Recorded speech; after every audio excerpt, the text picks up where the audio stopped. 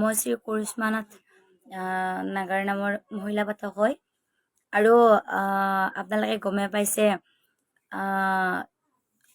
যোৱা পৰহি আমি মাজুলীত নাম গাব গৈছিলোঁ। আমি যোৱা পৰহি গৈছিলোঁ, কালি থাকিলোঁ, আজি অলপ আগতে আহি পাইছোঁ। আৰু ছ'চিয়েল মিডিয়াত এটি ভিডিঅ' বহুতকৈ মানে প্ৰচাৰ হৈ আছে যে মই গামোচাখন ভৰিৰে মানে দলিয়াই দিয়া, মোক গছকি দিয়া বুলি কৈছে। কিন্তু মই নিজৰ অসমীয়া জাতিৰ এটা মানে আমাৰ স্বাভিমান গামোচাখনক মই কেতিয়াও মানে ভৰিৰে গছকি দিয়াৰ কথা ভাবিব নোৱাৰোঁ। আৰু আপোনালোকে কওক যে মই যিমান দিন নাম গাইছোঁ সেই গামোচাখনকে গলত লৈ আছোঁ, গতিকে মই সেইখন গামোচাখন ভৰিৰে গছকি দিয়াৰ কথা ভাবিব নোৱাৰোঁ। আৰু কেনেকৈ কি হ'ল এইটো মই কৈ দিছোঁ। আমাৰ যেতিয়া নাম পৰিৱেশন কৰিবলৈ গৈছিলোঁ, তেতিয়া আমাক মঞ্চত দিছিলে, আমাৰ অনুষ্ঠানটো মঞ্চত দিছিলে। সুভাষ খুৰা লগত আছিলে, সুভাষ নাথ পাঠক আছিলে, তেওঁ আছিলে। কিন্তু তেওঁৰ অনুষ্ঠানটো দিনত আছিলে যদিও কিবা মিটিং হোৱাৰ বাবে, আমাৰ নাথ যোগীৰ মানে যুৱ পৰিষদৰ মিটিং হোৱাৰ বাবে তেওঁৰ অনুষ্ঠানটো বন্দনাটো গায়ে সেইখিনিতে মানে বন্ধ কৰিবলগীয়া হ'ল। যিয়ে নহওক, তেওঁ আমাৰ লগতে সন্ধিয়া নাম পৰিৱেশন কৰিলে।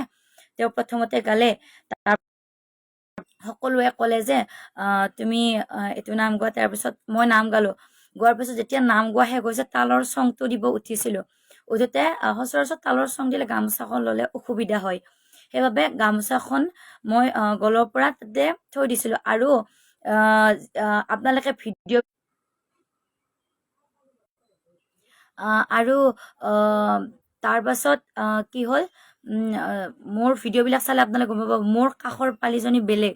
কিন্তু আমাৰ যিহেতু মঞ্চত দিছিলে, আগৰ ফালে আমি পালি বহাব নোৱাৰোঁ। সচৰাচৰ আমি ঘূৰণীয়াকৈ বহোঁ নামবিলাকত।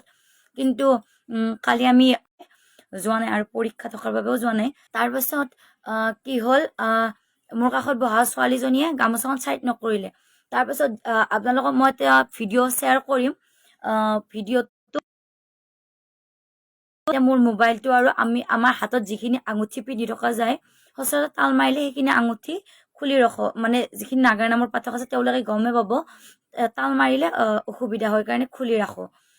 তাৰপাছত মোবাইলটো থকাৰ কাৰণে তাই ছাইড নকৰাৰ কাৰণে মই ভৰিৰে মোবাইলটো ছাইড কৰি দিলোঁ, দিওঁতে গামোচাখন কাষত। তাৰপাছত কি হ'ল, যেতিয়া তাই ছাইড নকৰিলে, মই ভৰিৰে মোবাইলটো ছাইড কৰি দিলোঁ, দিওঁতে গামোচাখন কাষত আছিলে, গামোচাখনতো ভৰিখন লাগিল।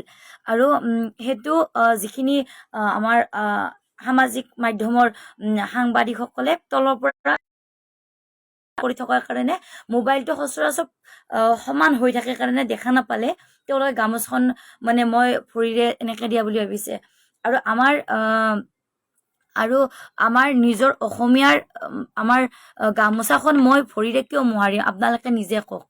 আৰু তাৰপাছত যেতিয়া লাগিছে, সেইটো মই স্বীকাৰ কৰিছোঁ, গামোচাখনত ভৰিখন লাগিছে। কিন্তু ইমান যে মই অপমান কৰিম বা গামোচাখন, সেইটো একেবাৰে নহয়। আৰু মই একদমেই সেইটো ভবা নাই। আৰু যদিও মই যদি সেইটো ভুল কৰা বুলি আৰু যদি আপোনালোকে যদি গামোচাখন এনেকৈ ভাবিছে, বেয়া ভাবি লৈছে, তেতিয়াহ'লে মই সমূহ অসমবাসী তথা নাম ধৰ্মী ৰাইজৰ ওচৰত ক্ষমা প্ৰাৰ্থনা বিচাৰিছোঁ। কাৰণ মই নিজৰ গামোচাখনক তেনেকৈ হেৰি কৰিম বুলি ভবা নাই। আৰু যিহেতু মানুহ মাত্ৰে ভুল হয়ে, গতিকে ভুল হোৱাটো স্বাভাৱিক। গতিকে আপোনালোকেও ইমান আৰু মোক অশান্তি নিদিব, কাৰণ এনেকুৱাকৈ মানসিক অশান্তি দিলে আমিও মানে ভাগি পৰিম। কথা হ'ল, মই সকলোৰে ওচৰত ক্ষমা প্ৰাৰ্থনা বিচাৰিছোঁ। আৰু যিসকলে মোক মানে বেয়া ভাবি আছে বা মই গামোচাখন অপমান কৰা বুলি ভাবিছে, তেওঁলোকলৈও মই হাতযোৰ কৰি কৈছোঁ যে মই তেনেকুৱা একো কৰা নাই। আৰু মই মোৰ অসমীয়া জাতিটোক ভাল পাওঁ, আৰু গতিকে অসমীয়া জাতি আমাৰ স্বাভিমান কৰিব নোৱাৰোঁ। গতিকে কোনেও যাতে সেইখিনি বেয়া